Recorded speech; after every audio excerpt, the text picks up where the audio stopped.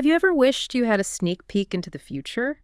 Really wish you knew what was coming so you could prepare for it instead of just, well, reacting. Yeah, it's a common feeling. And actually, that's exactly what we're taking a deep dive into today, this whole idea of God reveals and prepares. Okay, sounds intriguing. What are we drawing on for this? Our sources today are excerpts from a devotional reading. It looks at that ancient story in Genesis 41. The Pharaoh's dreams story. That's the one. Specifically focusing on verse 28.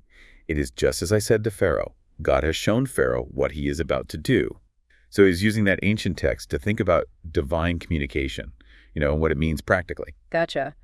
So our mission for you listening today, we want to unpack this core idea that when something is revealed, maybe through like prophecy in the story or even intuition or just careful observation in our lives, it often has a purpose. Right. The purpose being preparation. Exactly. How can that ancient wisdom give us maybe surprising insights for living more intentionally today, not just reactively? Let's get into it. Okay, so it all kicks off with Pharaoh, the ruler of Egypt. He has these two dreams, and they're really, really unsettling him. And he calls in his advisors, the wise men, right? But nobody can figure them out. Nope. Total dead end. Until Joseph gets called up. He's actually a prisoner at this point, but the devotional really frames him as someone with this divine connection. And Joseph comes in and says, what? What's his big insight? Well, crucially, he tells Pharaoh, look, these aren't just random bad dreams. They're not nightmares. He says they're direct warnings from God. Oh, okay. He frames it as God showing Pharaoh what he's about to do. Basically, a glimpse of the future. And the message itself was pretty specific, wasn't it? Very specific. 7 years of incredible abundance, like food everywhere, followed immediately by 7 years of devastating famine.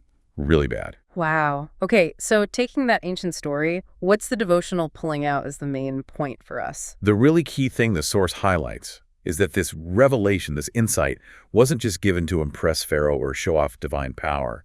It was given to prepare. That's the core message. Foresight isn't passive. It's meant to drive action, to get ready. It encourages this mindset of like living prepared. Living ready, I like that.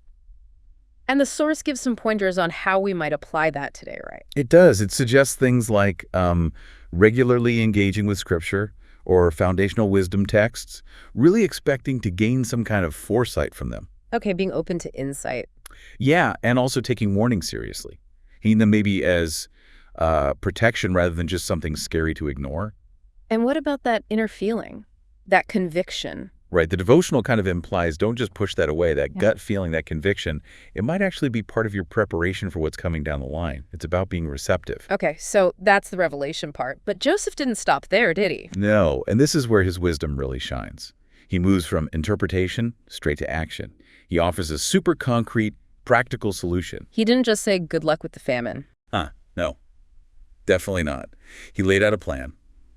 Used the 7 good years to stockpile grain. Store it up systematically. Smart, very smart. Yeah, build reserves to survive the 7 bad years. And Pharaoh actually listened. That's pretty amazing in itself. He did. He implemented the whole plan. And the result? It saved countless lives when that famine hit. It actually worked. So the devotional uses this to make a point about faith, right? It's not just hoping for the best. Exactly. It argues that faith isn't passive. It's active, prepared wisdom.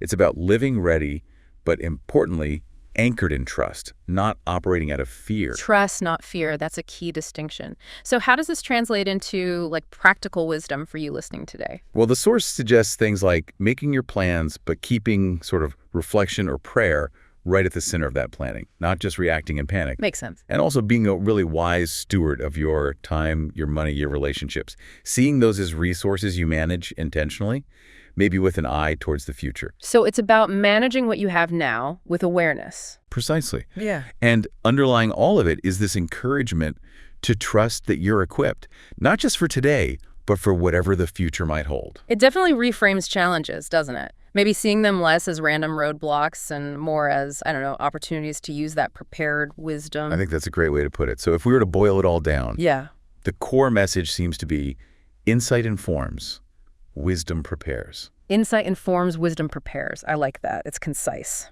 Mm-hmm. Okay, so as we wrap up this deep dive, here's a final thought for you to maybe ponder this week. How might your daily decisions change if you approach life really expecting some kind of revelation, or at least with a commitment to gaining foresight, and then acting on it with proactive wisdom? Yeah. What would it actually look like for you to prepare with trust rather than preparing out of fear? Something to think about. Great discussion. Definitely food for thought.